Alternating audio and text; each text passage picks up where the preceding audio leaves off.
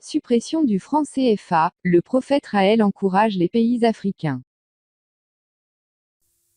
Avant de commencer, n'oubliez pas de vous abonner et d'activer la cloche de notification, car cela va vous permettre de ne plus manquer les prochaines vidéos. C'est parti!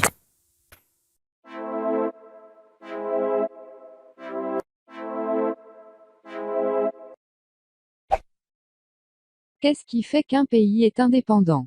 Vraiment indépendant, c'est le droit d'imprimer sa monnaie. Vous ne l'avez pas. Votre monnaie est imprimée en France.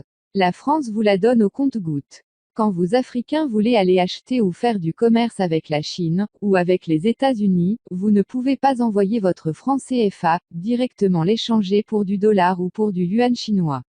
Vous êtes obligé de l'échanger en France contre des euros et ensuite vous pouvez l'échanger.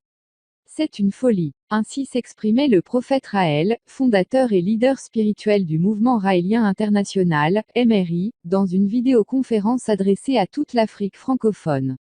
Nous étions le 1er avril 2017. 2 ans après, grande fut sa joie de constater que dans le lot des colonisateurs, il y en a qui soutiennent le combat.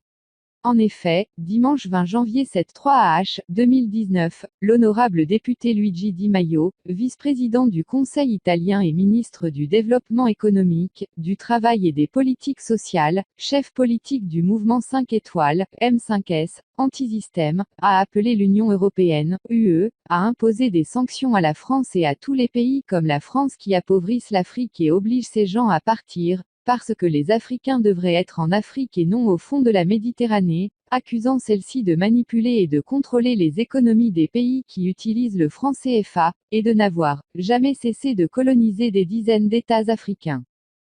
Pour le prophète, cette prise de position du député mérite d'être saluée.